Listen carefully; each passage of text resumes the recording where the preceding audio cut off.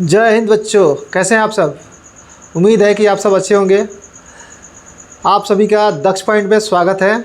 और केमिस्ट्री का एक चैप्टर पूरा कंप्लीट हो चुका है और सेकेंड चैप्टर में फर्स्ट पार्ट बन चुका है। सेकेंड पार्ट के लिए हम आज खड़े हैं और फर्स्ट पार्ट में, सेकेंड चैप्टर का फर्स्ट पार्ट में कुछ ऐसे रिएक्शन थे जो आप लोग को समझ में नहीं आया था। कुछ बच्चे का कमेंट था कि सर इसका प्रयोग हम कैसे करेंगे, प्रयोग करके कैसे सीखेंगे कि ये नीला होता है या पीला होता है या लाल होता है। तो उसको हम एक वीडियो के माध्यम से लेके आए हुए हैं। ये दिखाएंगे आपको कि अगर नीले लिटमस पत्र को हम एसिड में डालते हैं तो क्या मिलता है, फिर बेस में डालते हैं तो क्या मिलता है। तो थोड़ा सा ज़्यादा नहीं, 1 मिनट का वीडियो है, आप देखिए, इसको हम समझा रहे हैं फिर, ठीक है। चलिए यहाँ से देखिए। अब यहाँ पे देखिए, ये लेमन जूस है और ये नॉर्मल वाटर है, फिर यहाँ पे भी नॉर्मल वाटर है, ठीक है। तो नॉर्मल वाटर में मैंने क्या किया, लेमन जूस मिला डिटर्जेंट वाटर में। अब इसमें क्या करेंगे हम, ब्लू लिटमस पत्र को, यानी ब्लू का मतलब क्या होता है, नीला। अब नीला लिटमस पत्र को हम जैसे इसमें डालेंगे तो क्या होगा, इसको देखना है। और फिर यहाँ पर डालेंगे तब क्या होगा, ठीक है। अब यहाँ पे ध्यान दीजिए आप, यहाँ पे जैसे आप देखते हैं कि ये लेमन जूस है, ये कैसा होता है, अम्ल होता है। अब अम्ल वाला में अगर आप नीला लिटमस पत्र को डालते हैं तो ये लाल दिखाई देता है, ठीक है। ये नीला लिटमस पत्र को डालिएगा तो लाल दिखाई देगा, लेकिन अगर इसमें लाल लिटमस पत्र को डालिएगा तो कोई रंग में परिवर्तन नहीं आएगा। ध्यान से सुनिएगा, ये आपका लेमन जूस है, अम्ल वाला है। क्या है ये, अम्ल है। तो इसमें अगर नीला लिटमस पत्र डालते हैं तब लाल दिखाई देगा, और लाल लिटमस पत्र डालिएगा अम्ल में तो कोई परिवर्तन नहीं होगा। वही अगर यहाँ पे आते हैं डिटर्जेंट वाला में, तो यहाँ पे क्या कीजिएगा, अगर लाल वाला डालिएगा तो नीला दिखाई देगा, लेकिन नीला डालिएगा तो कोई परिवर्तन नहीं होगा। यही वीडियो है, आप देखिए यहाँ पे ध्यान से, शुरू से देखिए, शुरू से आप देखिए।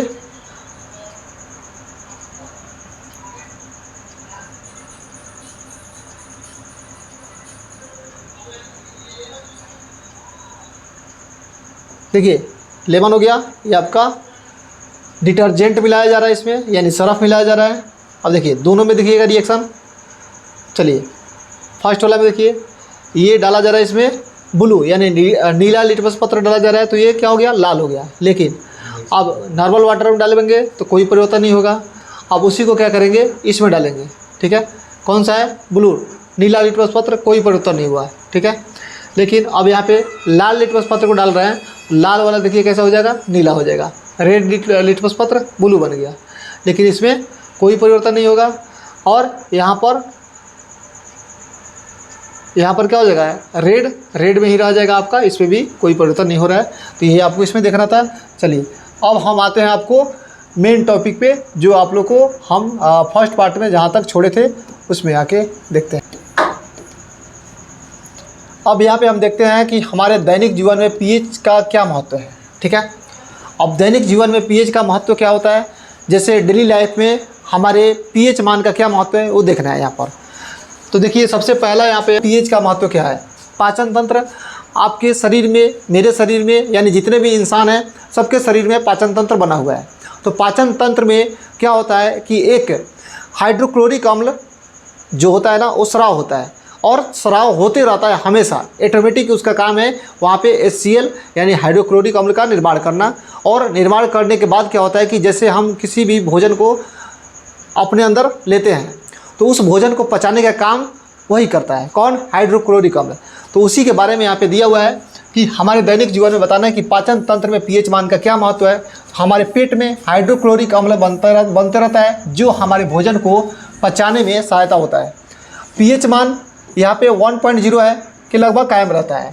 इससे पेट में कोई नुकसान नहीं होता है। जो हाइड्रोक्लोरिक अम्ल बनता है इससे हमारे पेट में कोई नुकसान नहीं होता है, और इससे हमें क्या फ़ायदा मिलता है कि भोजन को आसानी से पचा देता है, ठीक है।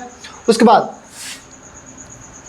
कोई नुकसान नहीं होता है, किंतु अपच के कारण जब पेट में अम्ल की मात्रा एक निश्चित सीमा के ऊपर हो जाती है तब पेट में गैस और जलन होने लगती है, और बढ़े हुए अम्ल को प्रभाव को नष्ट करने के लिए हल्के भस्म का इस्तेमाल करना पड़ता है।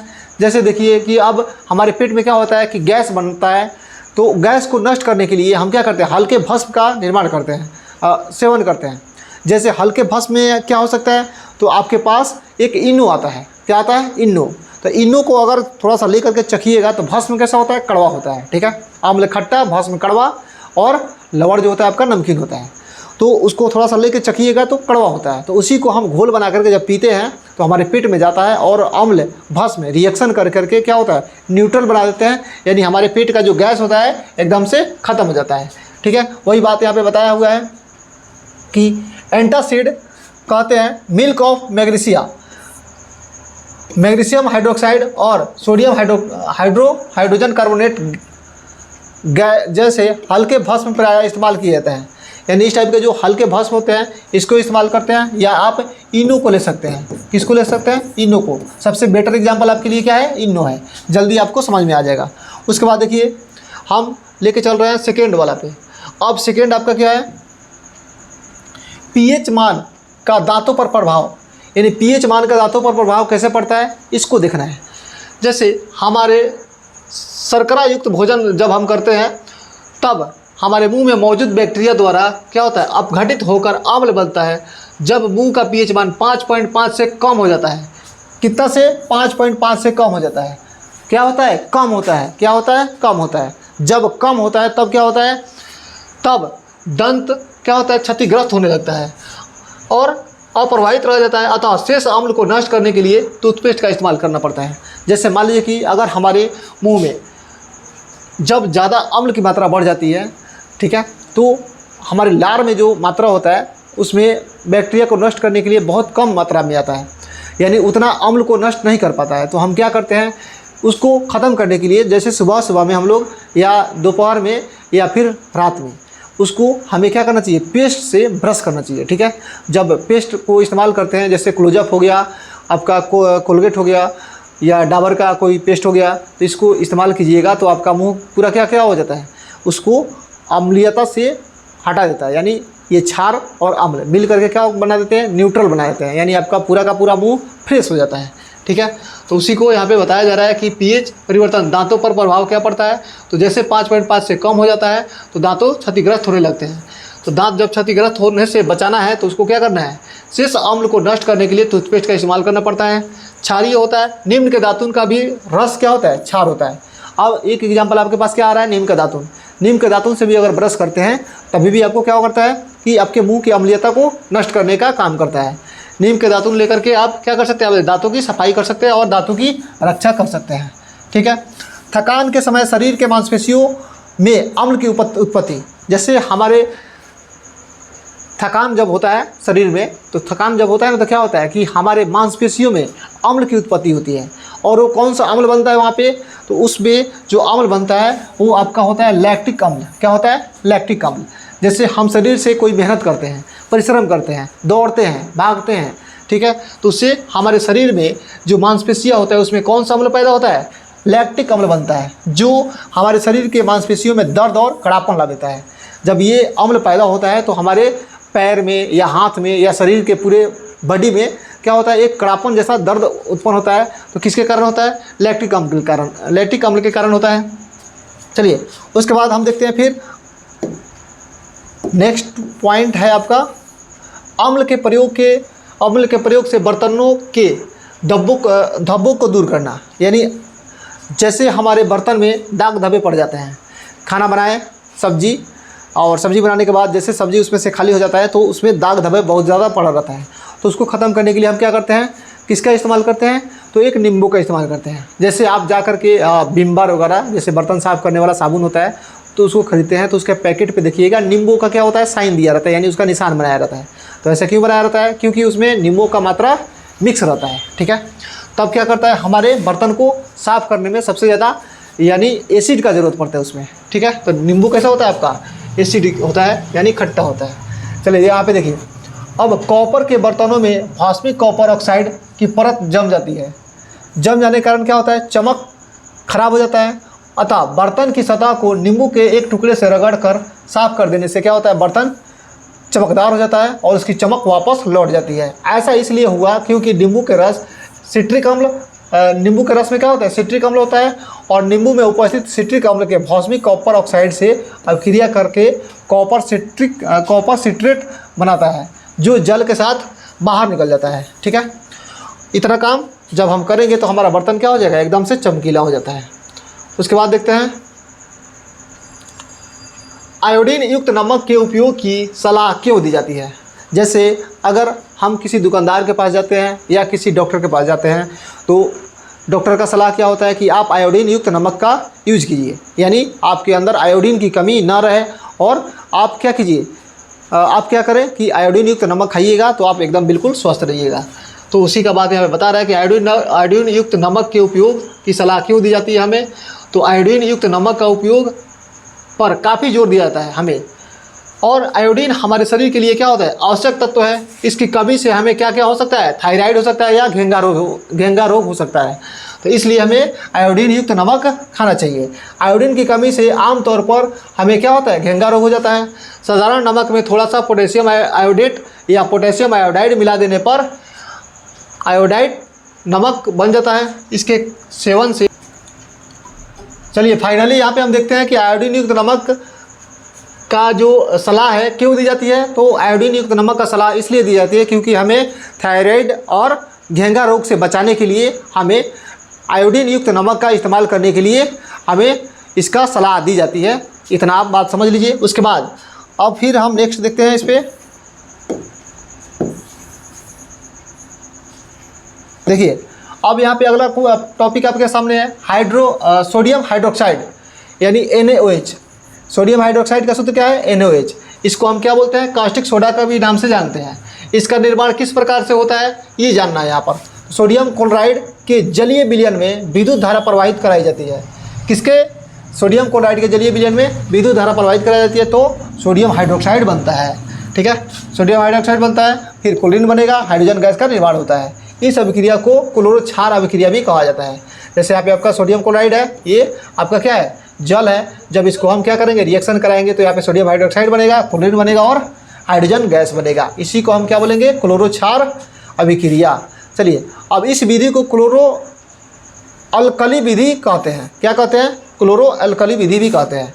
इस अभिक्रिया में एनोड पर क्लोरीन गैस जाकर जमा हो जाती है तथा कैथोड पर सोडियम हाइड्रोक्साइड और हाइड्रोजन गैस जाकर जमा हो जाती है। ठीक है, अब जैसे यहाँ पे देखिए तो सोडियम हाइड्रोक्साइड पर क्या होता है, एगो माइनस होता है। ठीक है, और आपका जो होता है सोडियम हाइड्रोक्साइड पे माइनस होता है तो ये किस पे जाता है, किस पर जाता है, ये आपको जाता है कैथोड पर। ठीक है, और जो क्लोरीन गैस होता है ये कहाँ जाता है, एनोड पर जाता है। तो एक बात ध्यान में रखिएगा, जैसे मान लीजिए कि आपका सोडियम हाइड्रोक्साइड है, आपका सोडियम हाइड्रोक्साइड हो गया, इधर से आपका क्लोरीन हो गया। ये प्लस वाला चार्ज होता है, ये माइनस वाला चार्ज होता है। तो प्लस वाला किस पर जाएगा, कैथोड पर, और माइनस वाला एनोड पर जाएगा। ठीक है, उसके बाद अब हमें देखना है कि बरसात के दिनों में साधारण नमक क्यों पसीजता है। पसीजने का मतलब क्या होता है कि उसमें थोड़ा सा हल्का पानी टाइप का हो जाएगा, यानी वो चिपचिपा टाइप का हो जाता है। ठीक है, पसीजने का अर्थ क्या होता है, हल्का चिपचिपा हो जाना, यानी नमक चिपचिपा क्यों हो जाता है इसके बारे में हमें जानना है। साधारण नमक में अशुद्धि के रूप में मैग्नीशियम क्लोराइड की उपस्थिति होती है जो प्रस्वदेशी के रूप में कार्य करता है। प्रस्वदेशी का अर्थ क्या होता है, वायुमंडल में उपस्थित नमी जो होता है, वायुमंडल में जितने भी उपस्थित तुम्हारा नमी है वो क्या होता है, अवशोषित कर लेता है। जैसे मतलब बरसात का समय आता है तो नमक क्या कर लेता है, उस नमी को अवशोषित करता है, और जैसे अवशोषित करेगा तो क्या हो जाएगा, वो नमक आपका पसीजने लायक हो जाता है। ठीक है, उसके बाद देखिए सोडियम हाइड्रोक्साइड के उपयोग को लिखें। सोडियम हाइड्रोक्साइड के उपयोग को लिखना है इसमें। अब बताइए इसमें कौन कौन सा उपयोग है उसको लिखना है। तो आपको यहाँ पे दिख रहा है, देखिए सोडियम हाइड्रोक्साइड के उपयोग धातुओं पर से ग्रीज को हटाने में, यानी धातुओं पर से जो होता है तुम्हारा ग्रीज, यानी जो उस पर जंग टाइप का जो लगा रहता है उसको हटाने में, कृत्रिम वस्त्र रेशा कृत्रिम फाइबर बनाने में, बॉक्साइड का शुद्धिकरण करने में, साबुन अपमार्जक और कागज़ के निर्माण में सॉरी। ठीक है, इतना निर्माण इसमें इतना उपयोग इसका है। अब उसके बाद हम देखते हैं साधारण नमक के उपयोग को लिखें। अब जो साधारण नमक होता है इसको लिखना है। अब भोजन को बनाने में एवं भोजन पचाने में, ठीक है, अचार व मुरब्बा बनाने में, या सोडियम हाइड्रोक्साइड बेकिंग सोडा या वॉशिंग सोडा या व्यंजन चूर्ण बनाने में उपयोग किया जाता है। उसके बाद अगला है हमारा क्लोरीन गैस का उपयोग बताना है। तो क्लोरीन गैस का उपयोग में देखिए जल में उपस्थित रोगाणुओं को मारने में, विरंजक चूर्ण का निर्माण करने में, कपड़ा और कागज़ को विरंजित करने में, ठीक है, इसमें हमें क्लोरीन गैस का निर्माण है। उसके बाद हाइड्रोजन के उपयोग को लिखें। हाइड्रोजन का उपयोग क्या क्या है तुम्हारा? रॉकेट ईंधन के रूप में, HCl निर्माण के रूप में, अमोनिया के निर्माण के रूप में, हाइड्रोक्लोरिक द्वारा वनस्पति घी बनाने में। किसका? हाइड्रोजन का उपयोग ये चारों में होता है। अगला देखिए, अब यहाँ पे देखिए क्या होता है। क्या होता है जब जिप्सम को 100 डिग्री सेंटीग्रेड से अधिक तापमान पर गर्म किया जाता है तो। अब यहाँ पे एक वर्ड है आपका जिप्सम। तो जिप्सम का सूत्र क्या होता है, ठीक है। फिर प्लास्टर ऑफ पेरिस का सूत्र क्या होता है, ये सारा एक दूसरे से कनेक्ट है, तो आपको याद करना है और बताना भी है। अगर याद है किसी को तो कमेंट में एक बार लिख के जाइए कि ये जिप्सम का सूत्र है सर। चलिए, उसके बाद जब जिप्सम को 100 डिग्री सेंटीग्रेड से अधिक तापमान पर गर्म किया जाता है तो मृत तापित प्लास्टर बनेगा, जिसे शीघ्रता से जमने का गुण समाप्त हो जाता है। जब प्लास्टर ऑफ पेरिस जल के संपर्क में आते हैं तो 5 से 10 मिनट में जम जाते हैं। इस क्रिया को प्लास्टर ऑफ पेरिस का जमना या प्लास्टर ऑफ पेरिस जल के संपर्क में आकर जिप्सम बना देता है, ठीक है। तो जिप्सम का जो सूत्र होता है और जो प्लास्टर ऑफ पेरिस का सूत्र होता है, देखिए जिप्सम का जो सूत्र होता है CaSO4 × ½ H2O होता है, ½ H2O, ठीक है। अब इसी में हम क्या करते हैं, जल से रिएक्शन कराएंगे तो यही बन जाता है आपका CaSO4 × 2H2O, ठीक है, 2H2O, यही आपका जब बन जाता है। ये आपका हो गया प्लास्टर ऑफ पेरिस का सूत्र, ये आपका हो जाता है जिप्सम का सूत्र, ठीक है। चलिए अब नेक्स्ट आगे देखना है आपको अगला लाइन। प्लास्टर ऑफ पेरिस की जल के साथ अभिक्रिया के लिए एक समीकरण को लिखिए और संचरण हेतु क्या कदम आवश्यक है इसको बताना है आपको। प्लास्टर ऑफ पेरिस के साथ अभिक्रिया कर जिप्सम में बदला जाता है। अब देखिए जिप्सम में कैसे बदलना है, तो देखिए यहाँ पे आपको मैंने बताया था कि प्लास्टर ऑफ पेरिस का सूत्र क्या होता है, CaSO4 × ½ H2O। तो ये किसका सूत्र है, प्लास्टर ऑफ पेरिस का। जैसे इसमें हम क्या करेंगे, जल से रिएक्शन कराएंगे तो आपका ये वाला सूत्र बन जाएगा जो जिप्सम का सूत्र है, ठीक है। ये आपका जिप्सम है, ये प्लास्टर ऑफ पेरिस है, ठीक है। अब उसके बाद देखिए प्लास्टर ऑफ पेरिस को आर्द्रता से दूर रखना क्यों जरूरी है, व्याख्या करें। अब देखिए प्लास्टर ऑफ पेरिस जो होता है आर्द्रता से दूर रखना। आर्द्रता का मतलब क्या होता है, वायुमंडल में जितने भी आपके नमी दिख रहा है, यानी आसपास में जो भी आपका छोटे छोटे बूंदे रहते हैं पानी का, वो सब क्या होता है, ये इसी को आर्द्र कहते हैं या हमारे वायुमंडल में नमी कहते हैं। तो जैसे अगर हम क्या करेंगे, प्लास्टर ऑफ पेरिस को खुला छोड़ देंगे तो क्या होगा कि उससे वो रिएक्शन करेंगे, ठीक है। रिएक्शन करेंगे तो रिएक्शन करने के बाद क्या होगा कि आपस में उनके जो कण होते हैं यानी उनके जो पार्टिकल होते हैं वो इकट्ठा होकर के हार्ड बना लेंगे। जब हार्ड बना लेंगे तो फिर हमारा प्लास्टर ऑफ पेरिस किसी यूज लायक नहीं रहेगा, इसलिए उसको ऐसे बर्तन में रखा जाता है जिससे हवा के संपर्क में ना आए, ठीक है। चलिए यहाँ पे देखिए, अब वही व्याख्या यहाँ पे बताया गया। प्लास्टर ऑफ पेरिस को आसानी से जल से अवशोषित कर लेता है तथा कठोरता जिप्सम का निर्माण कर देता है। यानी क्या कर लेता है, आसानी से एकदम जैसे हवा में खुला छोड़ दीजिएगा तो जितने भी वायुमंडल में नमी है, आर्द्र हैं, वो सब क्या हो जाएंगे, उसके पास आएंगे और तुरंत रिएक्शन कर करके जिप्सम बना लेंगे। तो वही आपको बता रहे हैं यहाँ पे कि यदि प्लास्टर ऑफ पेरिस को आर्द्र रोधी बर्तन में नहीं रखा जाता है तो इसकी पूरी मात्रा जिप्सम में बदल जाता है। जिप्सम में बदलने का मतलब पूरा का पूरा हार्ड हो जाता है, ठीक है। जैसे कि किसी बच्चे के अगर पैर टूटा है या हाथ टूटा है तो क्या होता है, जैसे पानी हल्का मिलाते हैं और 10 मिनट के लिए उसको छोड़ देते हैं तो क्या होता है, पूरा का पूरा हार्ड हो जाता है, ठीक है। बहुत जल्दी ही उसके पार्टिकल एक हो जाते हैं। अब यहाँ से कुछ क्वेश्चन है आपके पास, ठीक है। क्वेश्चन के बाद फिर हम आगे इस टॉपिक को देखते हैं।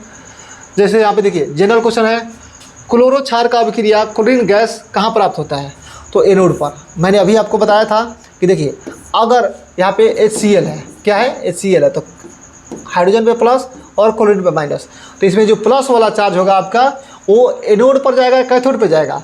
तो प्लस वाला आपका जाता है कैथोड पर और माइनस वाला जो होता है कहाँ जाता है, एनोड पर। यही आपको पूछ रहा है यहाँ पे, क्लोरो क्षार अभिक्रिया में क्लोरीन गैस कहाँ प्राप्त होता है, तो एनोड पर। कहाँ प्राप्त होता है, एनोड पर। फिर क्लोरो क्षार अभिक्रिया में हाइड्रोजन गैस कहाँ प्राप्त होता है, तो एनोड पर। कहाँ प्राप्त होता है, एनोड पर। ध्यान रखिएगा, जहाँ प्लस वाला चार्ज है कैथोड पे जाएगा, माइनस वाला चार्ज एनोड पे जाएगा। ये 2 पॉइंट अच्छे से याद रखना है आपको। चलिए उसके बाद देखते हैं अगला पॉइंट, क्या होता है जब सोडियम क्लोराइड के जलीय विलयन में विद्युत धारा प्रवाहित की जाती है? बताइए क्या होता है? तो वहाँ पे सोडियम हाइड्रोक्साइड का निर्माण होता है। सोडियम हाइड्रोक्साइड का निर्माण होता है कब? जब हम सोडियम क्लोराइड को जलीय विलयन में विद्युत धारा से प्रवाहित करते हैं तो सोडियम हाइड्रोक्साइड बनता है। सोडियम हाइड्रोक्साइड का सूत्र क्या हो जाएगा? NaOH, ठीक है, यही आपका बनता है, ठीक है। उसके बाद विरंजक चूर्ण का रासायनिक नाम बताइए। तो विरंजक चूर्ण का रासायनिक नाम बताइए और विरंजक चूर्ण का सूत्र आप कमेंट में लिखिए, बताइए क्या होता है, ठीक है। अगर लिख रहा है तो ठीक है, अगर नहीं लिख रहे हैं तो याद कर लीजिए विरंजक चूर्ण का रासायनिक नाम क्या होता है? कैल्शियम ऑक्सीक्लोराइड, यानी काओ कलकल बोल सकते हैं, काओ कलकल, याद रखने के लिए काओ कलकल। कलकल कहने का मतलब दूगो कल है, दूगो Cl है, ठीक है, दूगो Cl लिखेंगे तो कलकल हो जाएगा। तो इसी तरह से याद करिएगा किसका? विरंजक चूर्ण का सूत्र। और विरंजक चूर्ण का रासायनिक नाम क्या होता है? कैल्शियम ऑक्सीक्लोराइड, ठीक है। चलिए उसके बाद बताइए विरंजक चूर्ण किन दो तत्वों से मिलकर बनता है? तो कैल्शियम, ऑक्सीजन, क्लोरीन, ये तीनों से दोनों तत्वों से दो तत्वों से मिलकर बनता है, ठीक है। उसके बाद जल में घुलनशील क्षारक के बारे में क्या सत्य है? तो ये तीनों आपका सत्य है इसमें। इन्हें क्षार कहते हैं, स्वाद में कड़वा होते हैं, प्राकृतिक संचारण होती है। पीएच में पी क्या है? तुम्हारा पुंसार है। एसिटिक अम्ल का प्राकृतिक स्रोत निम्नलिखित में से कौन सा है? तो सिरका है आपका। सिट्रिक अम्ल का प्राकृतिक स्रोत क्या है? तो सिट्रिक अम्ल आपको पता होगा। सिट्रिक अम्ल क्या होता है? नींबू और संतरा में पाया जाता है, और इमली में आपका टार्टरिक अम्ल पाया जाता है, टमाटर में ऑक्जेलिक अम्ल पाया जाता है, दही में लैक्टिक अम्ल पाया जाता है। चलिए फिर टार्टरिक अम्ल किस में पाया जाता है? तो इमली में, अभी बताया आपको। टमाटर में ऑक्जेलिक, दही में लैक्टिक, सिरका में क्या बताए थे अभी? सिरका में आपको एसिटिक अम्ल पाया जाता है। सिरका में एसिटिक अम्ल पाया जाता है, सिरका में एसिटिक अम्ल पाया जाता है। उसके बाद लैक्टिक अम्ल किस में पाया जाता है? दही में। इमली में टार्टरिक अम्ल, सिरका में एसिटिक अम्ल, टमाटर में ऑक्जेलिक अम्ल, ये सारा आप याद रखिएगा। चिट्टी के डंक में कौन सा अम्ल पाया जाता है? मेथेनोइक अम्ल या फॉर्मिक अम्ल पाया जाता है। मेथेनोइक अम्ल या फॉर्मिक अम्ल पाया जाता है। दांतों को क्षय कब प्रारंभ होता है? दांतों का क्षय कब प्रारंभ होता है? तो 5.5 से कम रहता है तब, या 5.5 से ज़्यादा रहता है तब। तो आपको ध्यान रखना है कि 5.5 से कम रहता है तब दांतों का क्षय होने लगता है, ठीक है। तो इस क्षय से बचाने के लिए हमें क्या करना है? पर डे 2 बार ब्रश करना है, वो भी पेस्ट के साथ में, ठीक है। अच्छा वाला पेस्ट लेकर के ब्रश कीजिएगा तो आपको दांतों का जो क्षय होगा ये रुक जाएगा। चलिए अब नेक्स्ट क्वेश्चन देखते हैं।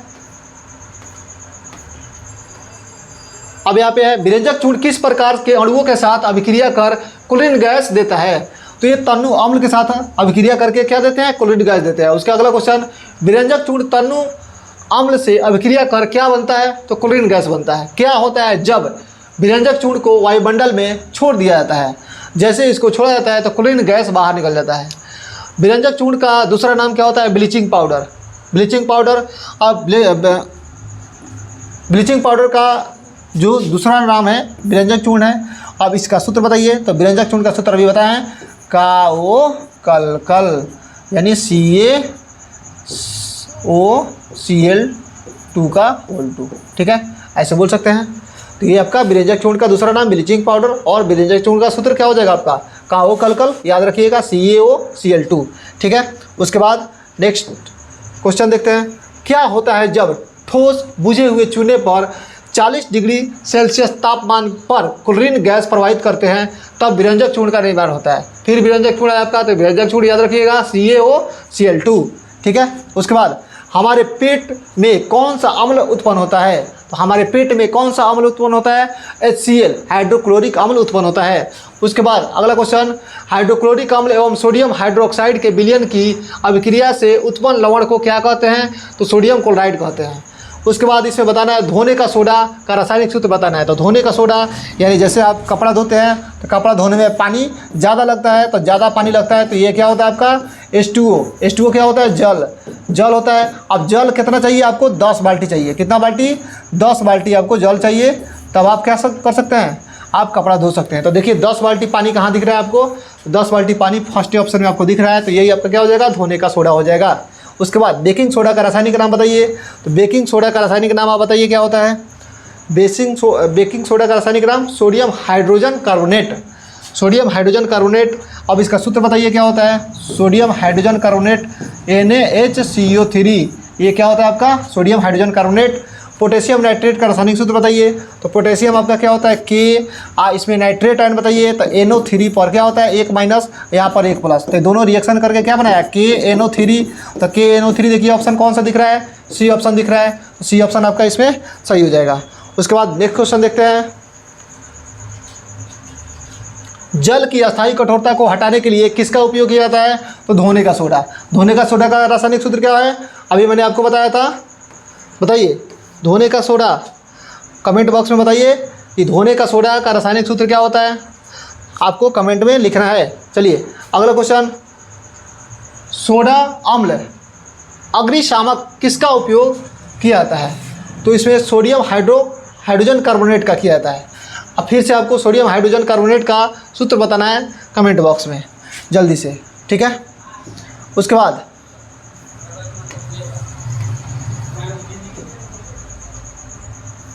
बाद यहाँ पे आपको कुछ पॉइंट यहाँ पे आया हुआ है। चलिए इस क्वेश्चन को देखते हैं। सोडियम कार्बोनेट का जलीय विलयन क्षारीय होता है क्यों। सोडियम कार्बोनेट का जलीय विलयन क्षारीय होता है क्यों, ये बताना है आपको। चलिए सोडियम कार्बोनेट के जलीय विलयन में OH आयन की सांद्रता H+ की अपेक्षा अधिक होती है। ये आयन है, यानी यहाँ पर आपको चार्ज रहेगा, कहाँ पे रहेगा, ऊपर रहेगा। OH आयन की सांद्रता H+ की अपेक्षा अधिक होती है, अतः इसका जलीय विलयन क्षारीय होता है, ठीक है। अब यहाँ पे आकर के आपको बताना है कि बेकिंग सोडा का क्या सूत्र होता है, धोने सोडा का क्या सूत्र होता है, ग्लोबल लवण का क्या सूत्र होता है, नीला थोथा का क्या सूत्र होता है, जिप्सम का क्या सूत्र होता है, प्लास्टर ऑफ पेरिस का क्या सूत्र होता है। ये सारा का सारा सूत्र आपको यहाँ पे मैच करके बताना है। तो बताइए बेकिंग सोडा का सूत्र बताइए। यहाँ पे बेकिंग सोडा, यहाँ पे देखिए बेकिंग सोडा का सूत्र जो होगा आपका NaHCO3 होना चाहिए। तो बेकिंग सोडा आपका NaHCO3 यहाँ पे होगा। धोने का सोडा में बताया था आपको 10 बाल्टी पानी होना चाहिए। तो 10 बाल्टी पानी देखिए कहाँ पे दिख रहा है आपको, 10 बाल्टी पानी 2 जगह दिख रहा है। तो आपका क्या होना चाहिए, सोडियम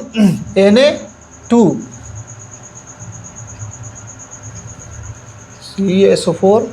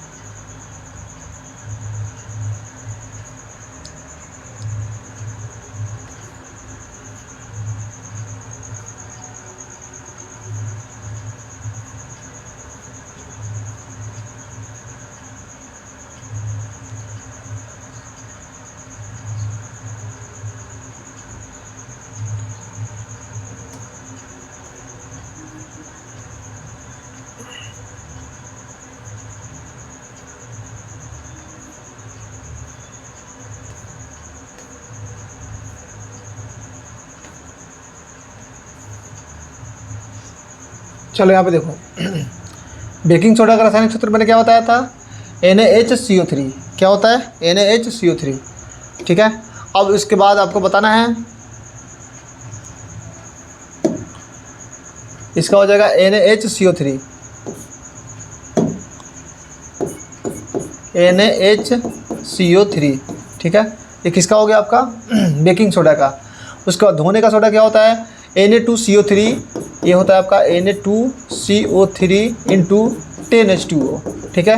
ये आपका सूत्र होता है। उसके बाद यहाँ पर आपका ग्लोबल लवण देखना है, तो ग्लोबल लवण में आपका क्या होता है Na2SO4 इंटू 10H2O। क्या होता है ग्लोबल लवण में आपका Na2SO4 इंटू 10H2O, याद रखिएगा, ठीक है। 10H2O, यहाँ पे SO4 है, यहाँ पे CO3 है, तो CO3 रहेगा तो क्या होगा आपका धोने सोडा, और SO4 रहेगा तो 10H2O हो जाएगा। उसके बाद नीला तोता देखना है, तो नीला तोता आपका क्या होता है, इसमें होता है आपका CuSO4 × 5H2O, ये नीला तोता का आपका सूत्र होता है। ठीक है, नीला तोता यहाँ पे मिला लीजिएगा। उसके बाद जिप्सम का सूत्र क्या मैंने बताया आपको, जिप्सम, इसी में अगर हाफ H2O रहेगा तो ये प्लास्टर ऑफ पेरिस का सूत्र होता है, अगर 2H2O रहेगा तो जिप्सम का सूत्र होता है। ठीक है, चलिए, तो इतना आपको समझ में आ गया होगा। अब आगे हम बढ़ाते हैं। अब यहाँ पे देखिए प्लास्टर ऑफ पेरिस क्या है, इसका निर्माण विधि उपयोग बताना है आपको कैसे होता है। चलिए, अब यहाँ पे देखिए इसका रासायनिक नाम क्या होता है, कैल्शियम सल्फेट होता है। किसका रासायनिक नाम, प्लास्टर ऑफ पेरिस का। कैल्शियम सल्फेट अर्ध हाइड्रेट होता है, जिसका सूत्र यहाँ पे आपको दिया गया है। ये कैल्शियम हो गया, ये सल्फेट हो गया, ये अर्ध हाइड्रेट होता है। ठीक है, प्लास्टर ऑफ पेरिस को संक्षेप में POP भी कहा जाता है। ठीक है, ये प्लास्टर ऑफ पेरिस का नाम हो गया, इसका सूत्र हो गया। चलिए, उसके बाद बनाने की विधि क्या होता है, जिप्सम को इस्पात के बर्तन में 100 डिग्री सेंटीग्रेड ताप पर गर्म करने पर जल के 3/2 यानी 3 का 2 हिस्सा अणु बाहर निकल जाता है, जिसे प्लास्टर ऑफ पेरिस की प्राप्ति होती है। ठीक है, उसके बाद इसका उपयोग हम कहाँ कहाँ करते हैं, इसका उपयोग कहाँ कहाँ करते हैं ये देख रहे हैं।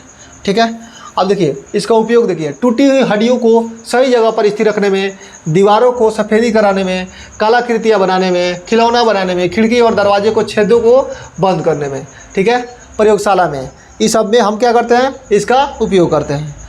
ठीक है, अब आगे देखते हैं। अब यहाँ पे आपके पास आ गया कुछ ऑब्जेक्टिव। ठीक है, इस ऑब्जेक्टिव को देखेंगे, निम्नलिखित अम्लों में से कौन प्रबल अम्ल है। तो निम्नलिखित प्रबलों में से कौन सा प्रबल अम्ल है, तो लैक्टिक अम्ल जो होता है आपका दुर्बल अम्ल होता है, एस्कॉर्बिक अम्ल भी आपका दुर्बल अम्ल का एग्जाम्पल है, सल्फ्यूरिक अम्ल आपका क्या है, ये प्रबल अम्ल का एग्जाम्पल है, और फॉर्मिक अम्ल भी आपका दुर्बल अम्ल का एग्जाम्पल है। तो एक ही ऑप्शन आपको दिख रहा है। उसके बाद निम्नलिखित में से कौन क्षारक नहीं है, तो इसमें क्षारक जो नहीं है कौन है, NaCl है, ये आपका दोनों रिएक्शन करके न्यूट्रल बन जाता है। ठीक है, उसके बाद ये देखिए जहाँ पे OH लगा होगा ये सब क्षारक होते हैं। उसके बाद निम्नलिखित में से कौन सा क्षारक प्रबल क्षारक है, प्रबल क्षारक कौन है, यानी जो स्ट्रॉन्ग होगा कौन है, तो सोडियम के साथ रिएक्शन किया है OH, यही आपका क्या हो जाएगा, प्रबल क्षारक हो जाएगा। उसके बाद देखिए लिटमस विलयन को जो बैंगनी रंग में रंजक होता है वह किस पदार्थ का बना होता है, तो लीचेन का बना होता है। निम्नलिखित में से कौन सा सूचक की तरह इस्तेमाल नहीं किया जाता है, तो देखिए सूचक की तरह यानी उसमें रंग कौन कौन परिवर्तन नहीं करता है, तो मेथिल ऑरेंज में रंग परिवर्तन होता है, फिर एप्सिलिन में होता है, उसके बाद हल्दी में भी होता है, इसमें भी होता है, इसमें भी होता है, इसमें नहीं होता है। मूली को हम प्रयोग में नहीं लाते हैं। निम्नलिखित में से कौन सा गंधीय सूचक नहीं है, अब यहाँ पे देखिए वेनिला है, प्याज है, शकरकंद है, उसके बाद लौंग का तेल है। तो इसमें आपका क्या होता है, गंध निकलता है, इसमें भी गंध निकलता है, इसमें भी गंध निकलता है, और इसमें गंध नहीं निकलता है। तो यही आपका ऑप्शन सही हो जाएगा। ठीक है, और उसके बाद देखते हैं निम्नलिखित में से कौन सा द्विक्षारीय अम्ल है, तो द्विक्षारीय अम्ल कौन सा होता है, तो ये आपका H2SO4 क्या कहलाता है, ये अम्ल कहलाता है आपका, तो ये आपका द्विक्षारीय अम्ल हो जाता है। उसके बाद अब अगला क्वेश्चन देखते हैं। ऑब्जेक्टिव में आपका क्वेश्चन है यहाँ पे 20 नंबर, पोटास एलम होते हैं, क्या होते हैं, तो ये आपका एक द्विक लवण होता है। एसिटिक अम्ल एक दुर्बल अम्ल होता है क्योंकि ये कम आयनित होते हैं, क्या होते हैं, कम आयनित होते हैं। निम्नलिखित में से सबसे प्रबल लवण कौन सा है, तो आपका NaCl है। दांत को साफ करने के लिए दंतमंजन या टूथपेस्ट जो बना होता है वो कैसा होता है, क्षारीय होता है, अम्लीय होता है, ये क्षारीय होता है आपका, क्या होता है, क्षारीय होता है। उसके बाद जल का pH मान कितना होता है, तो जल का pH मान 7 होता है। ठीक है, शुद्ध जल का pH मान भी 7 होता है आपका। जब CO2 गैस को पानी में घोला जाता है तो विलयन का pH मान क्या होता है, 7 से कम हो जाता है, क्या होता है, 7 से कम हो जाता है। निम्नलिखित में से कौन धातु ठंडे जल से अभिक्रिया कर धातु के ऑक्साइड बनाएंगे, तो सोडियम एवं पोटेशियम। निम्नलिखित में से किस विलयन का उपयोग दीवार को सफ़ेदी कराने में किया जाता है, तो ये आपका है कैल्शियम हाइड्रोक्साइड। ये आपको दिख रहा है यहाँ तक क्वेश्चन। चलिए, उसके बाद अब यहाँ पे कुछ यहाँ पे ऑब्जेक्टिव है, इसको देखिए। जैसे यहाँ पे बोल रहा है कि सोडियम बाइकार्बोनेट का उपयोग कहाँ कहाँ किया जाता है। ठीक है, तो ये आपको बताना है। सोडियम बाइकार्बोनेट कैसा होता है, क्षारीय होता है, यह भोजन को शीघ्र पकाने के लिए उपयोग में लाया जाता है। उसके बाद इसका उपयोग केक, डबल रोटी, पुआ, पकवान बनाने में काम किया जाता है। किसका, सोडियम बाइकार्बोनेट का। सोडियम बाइकार्बोनेट का सूत्र क्या होता है,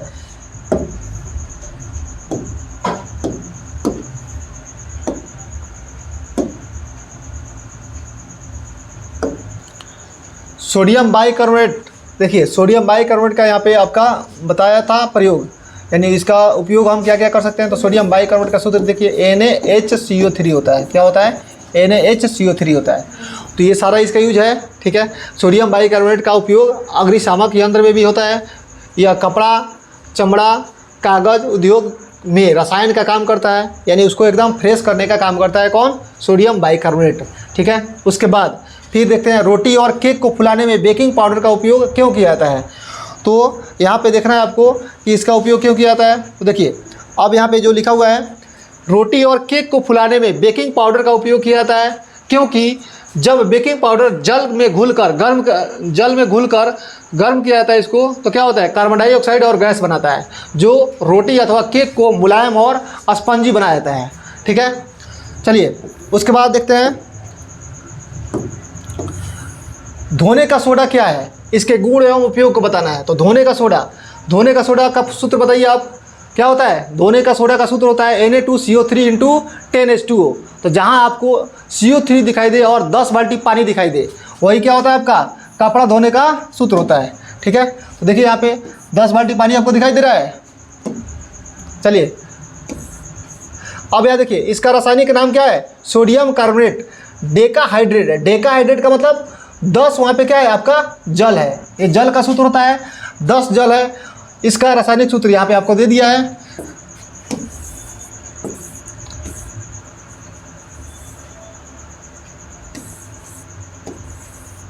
भाग गया।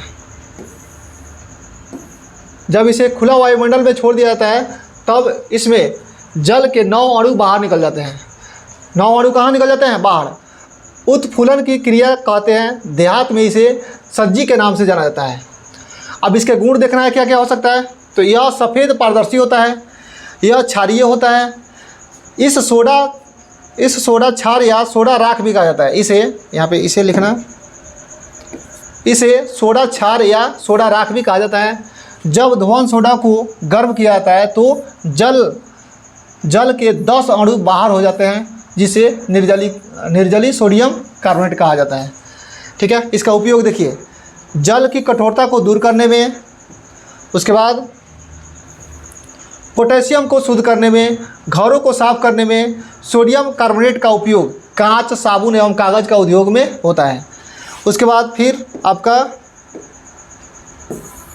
कठोर जल को मृदु करने के लिए जिस सोडियम यौगिक का उपयोग किया जाता है उसका नाम बताना है आपको। तो कठोर जल में मृदु के उपयोग के लिए सोडियम बाइकार्बोनेट यानी Na2CO3 का उपयोग किया जाता है, ठीक है। उसके बाद धोबिया सोडा और बेकिंग सोडा में अंतर बताना है आपको। तो देखिए धोबिया सोडा और बेकिंग सोडा में अंतर है। धोबिया सोडा का उपयोग कपड़ा धोने में किया जाता है, जबकि बेकिंग सोडा का उपयोग कपड़ा, कागज़ आदि के उद्योग में किया जाता है। ये उद्योग में काम होता है, ये कपड़ा धोने में काम होता है। कौन? धोबिया सोडा और बेकिंग सोडा, दोनों आप समझ गए। चलिए नेक्स्ट देखते हैं ब्लीचिंग पाउडर। अब ब्लीचिंग पाउडर आपका आ रहा है, तो ब्लीचिंग पाउडर का एक बार सूत्र बता दीजिए क्या होता है। ब्लीचिंग पाउडर का सूत्र क्या होता है? ब्लीचिंग पाउडर का सूत्र होता है काओ-कल-कल। तो ब्लीचिंग पाउडर का सूत्र याद रखिएगा, क्या होता है? CaOCl2। ये होता है काओ-कल-कल, यानी का-ओ-कल-कल, 2 बार बोल सकते हैं। इसका रासायनिक नाम कैल्शियम ऑक्सीक्लोराइड है। इसका रासायनिक सूत्र क्या है? CaOCl2, ठीक है। दोनों तरीक़ा से आप लिख सकते हैं, कोई दिक्कत नहीं है। यह कैल्शियम ऑक्सीजन एवं क्लोरीन से बना होता है, जिसे चूने और क्लोराइड भी कहा जाता है। इसका निर्माण कैसे होता है? जब बुझे हुए चूना पर 40 डिग्री तापमान पर क्लोरीन गैस प्रवाहित करते हैं तब क्या होता है? विरंजक चूर्ण का निर्माण होता है। यानी जैसे ये रिएक्शन आप दिख रहे हैं कि ये क्या है? आपका कैल्शियम हाइड्रोक्साइड है और क्लोरीन गैस इसमें मिलाया जा रहा है, तो यहाँ पे आपका क्या बन गया? कैल्शियम ऑक्सीक्लोराइड प्लस जल। अब इसका निर्माण देखिए क्या होता है, यानी इसका उपयोग कपड़ों को विरंजन करने में, जल को शुद्ध करने में, ऑक्सीजन, क्लोरीन, क्लोरोफॉर्म के निर्माण में। इसका गुण देखिए क्या क्या है यहाँ पर। यह हल्का पीला होता है, जिसका गंध क्लोरीन के जैसा होता है। यह नमी और कार्बन डाइऑक्साइड में टूटता है। इसे वायु में खुला छोड़ देने पर इसमें क्लोरीन गैस बाहर निकल जाता है। यह तन्नु अम्ल से अभिक्रिया कर क्लोरीन गैस बनाता है। उसके बाद अब देखिए ब्लीचिंग पाउडर आ गया फिर से आपका। ब्लीचिंग पाउडर से क्लोरीन विस्थापित करने पर करने वाली 2 अभिकारकों तथा समीकरण देते हुए उल्लेख करना है। अब विरंजक चूर्ण है, चूर्ण वायु के CO2 और नमी की उपस्थिति में क्लोरीन गैस मुक्त करता है। जैसे यहाँ पे आपका क्या है, ये आपका विरंजक चूर्ण है। जब इसमें हम कार्बन डाइऑक्साइड को मिलाएंगे तो ये आपका क्या बनाएगा, कैल्शियम कार्बोनेट बनाएगा और प्लस क्लोरीन गैस आपका यहाँ से निकल जाएगा। ठीक है, यह अम्लों से अभिक्रिया कर क्लोरीन मुक्त करता है। फिर यहाँ पे देखिए अब अम्ल से अभिक्रिया कराएंगे किसको, तो विरंजक चूर्ण को। विरंजक चूर्ण को एक बार अब अम्ल से अभिक्रिया कराएंगे तो ये अम्ल का सूत्र है आपका H2SO4। ये जो तेजाब होता है ना उसी का सूत्र होता है H2SO4। जब इससे रिएक्शन कराएंगे तो क्या बनेगा, यहाँ से फिर से आपका क्लोरीन गैस मुक्त होगा इसमें। ठीक है, ये पानी बन गया और ये आपका CaSO4 बन रहा है आपका, यानी कैल्शियम सल्फेट बन गया और यहाँ पे जल बन गया, ये आपका क्लोरीन गैस बन गया। उसके बाद देखते हैं बेकिंग सोडा या खाने वाला सोडा या बेकिंग पाउडर क्या है, इसके बनाने की विधि एवं गुण और उपयोग सब बताना है इसमें। इसका रासायनिक नाम क्या होता है, सोडियम बाइकार्बोनेट। सोडियम बाइकार्बोनेट का सूत्र क्या होता है, कमेंट में लिखिए जल्दी से। सोडियम बाइकार्बोनेट या सोडियम हाइड्रोजन कार्बोनेट का इसका रासायनिक सूत्र क्या होता है, NaHCO3। क्या होता है, NaHCO3 होता है। इसे मीठा सोडा या खाने वाला सोडा भी कहा जाता है। ठीक है, इसे बनाने की विधि यहाँ पे नीचे दिया गया है। देखिए अमोनिया गैस से संतृप्त सोडियम क्लोराइड के विलयन पर जब कार्बन डाइऑक्साइड प्रवाहित करते हैं तो खाने वाला सोडा बनता है। जैसे यहाँ पे आपका क्या है, सोडियम क्लोराइड है, ये आपका अमोनिया का सूत्र है, और ये पानी है, ये कार्बन डाइऑक्साइड है। जब सबको मिलाएंगे तो यहाँ से आपका क्या बनेगा, अमोनियम क्लोराइड बनेगा और प्लस में इधर से आपका ये खाने का सोडा तैयार हो जाएगा, यानी सोडियम बाइकार्बोनेट। इसका नाम क्या होता है, सोडियम बाइकार्बोनेट। ठीक है, अब इसका गुण क्या है, यह जल में कम घुलनशील होता है। जल में क्या होता है, कम घुलनशील होता है। अम्ल तथा भस्म से जल की अभिक्रिया देखना है। अम्ल को जल में घुलने पर ऊष्मा उत्पन्न होती है, जिससे यह प्रमाणित होता है कि अम्ल तथा जल के बीच ऊष्माक्षेपी अभिक्रिया होती है। अम्ल का जलीय विलयन क्या होता है, विद्युत का चालन करता है। जैसे यहाँ पे 3 एग्जाम्पल आपका दिया गया है। ये आपका हाइड्रोक्लोरिक अम्ल है, जल के साथ अभिक्रिया कराया गया है। ठीक है, तो क्या बन गया, ये आपका H3O बन रहा है प्लस क्लोरीन, और इधर से ऊष्मा आपका बन रहा है, यानी ऊष्मा यहाँ पे इसमें आ रहा है। ठीक है, तो जब इसमें आएगा तो ऊष्माक्षेपी होगा, और जब एरो साइन के इधर आएगा तो ऊष्मा शोषी होगा। तो तीनों रिएक्शन में आपका क्या है, इधर प्लस ऊष्मा दिया गया है, यानी तीनों के तीनों कैसा एग्जाम्पल है, ऊष्माक्षेपी अभिक्रिया का एग्जाम्पल है। ठीक है, तो आज के लिए इतना ही रखते हैं।